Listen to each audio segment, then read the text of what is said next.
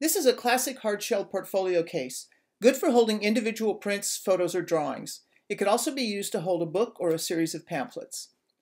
It will help to know what you're going to put in the portfolio before you start, as all of the measurements will be based off of this. If you want to make one without knowing yet what it will be used for, just make up a size for the future object. This example is 5 by 7 inches. You'll want your measurements to be accurate for this case.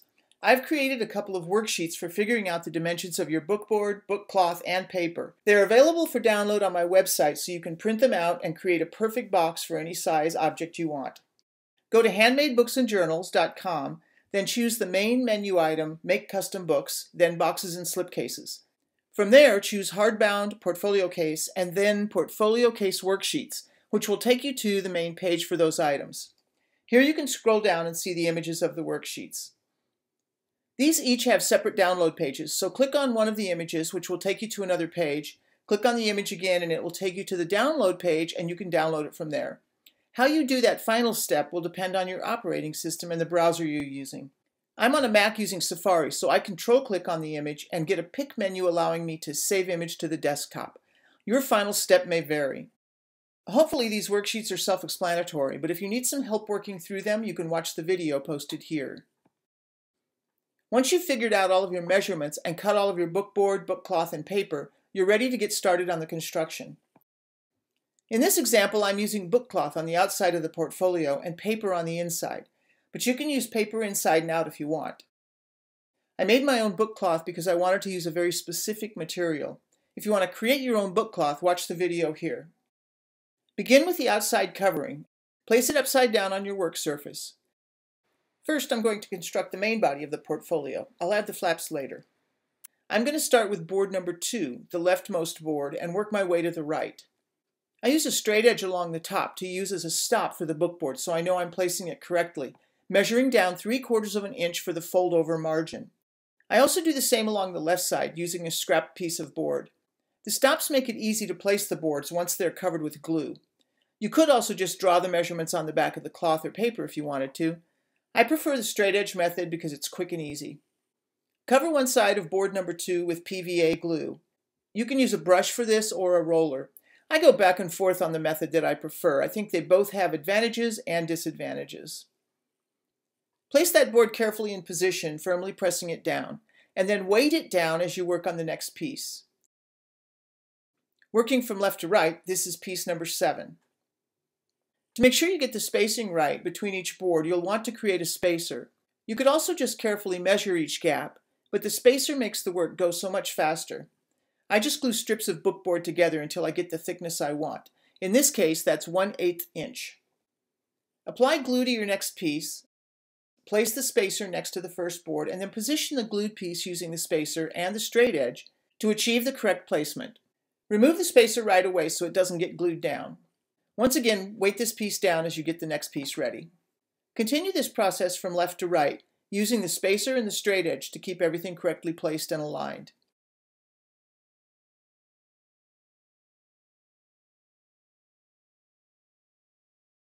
Once you have all of the boards on the main body of the portfolio glued down, you'll want to trim the corners in preparation of folding over the margins. Cut the corners at 45-degree angles, making sure not to cut right up to the corner of the board. You want to leave about 1/4 of an inch leeway so you can cover the corner. If you cut too close, the board will be exposed. Apply glue to the margins, starting with one of the long sides. Again, use a brush or a roller to do this. Fold this over with the palm of your hand, pressing it down firmly as you go.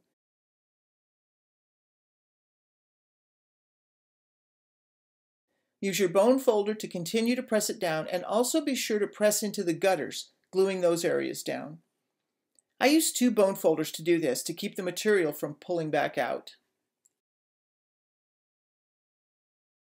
Once you have that margin firmly glued down, press down the small excess bit of fabric that you left at the corner, making sure that the bookboard at the corner is completely covered. Use your fingers and bone folder to accomplish this. Follow this process for the other long side, double checking that all of the gutters are firmly glued down.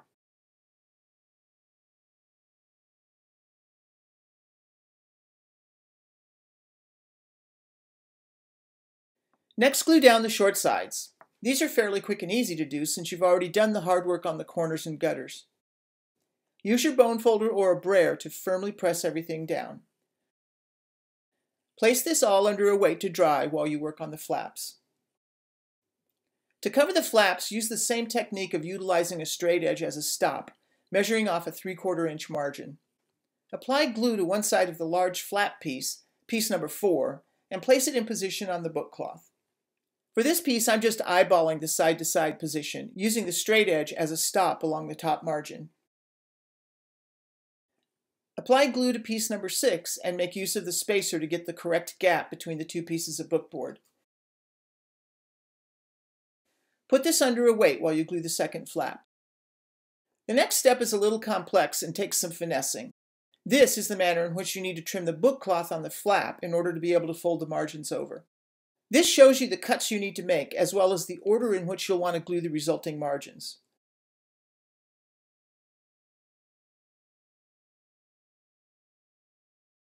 When you're cutting the openings, it's helpful to fold the book cloth margins over to see where they fall. This will make it easier to know exactly where to make the cuts. The one guiding principle here is that you want to leave enough book cloth to cover any board corners. Once you have the book cloth cut, you can start gluing. Follow the guide and glue the tabs as numbered, using your bone folder to smooth each tab down as you go, paying attention to the gutters as well.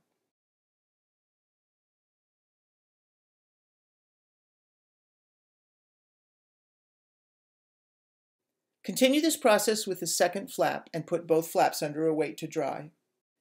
Once you have both flaps covered, the next step is to join the flaps to the main body of the portfolio. First, figure out which flap goes where. This is important if you have an obvious pattern that faces in one direction. You'll want that pattern to face correctly when the portfolio is closed. The pieces that you use to glue the flaps to the main body can be as simple or decorative as you wish, as long as they cover most of the gap, so the inside covering doesn't show once you apply it. Figure out where the connecting piece will fit on the main body of the portfolio and apply glue to that part, using a piece of scrap paper to keep glue off of your work surface. Place this in position and press down firmly. Put another clean piece of scrap paper under the remaining section and apply glue to it. You don't need to get right up to the edge of the portfolio, as you will be leaving a gap between the flap and the main body. Remove the scrap paper and place your spacer against the main body of the portfolio, and then put the flap into position. Remove the spacer as soon as you have the flap in position. You don't want to leave it in place so long that it gets glued down. Press all of this down firmly using a bone folder or a brayer. Follow the same process for the second flap and then put the entire portfolio cover under weight to dry. Watch part 2 here to see how to finish your portfolio.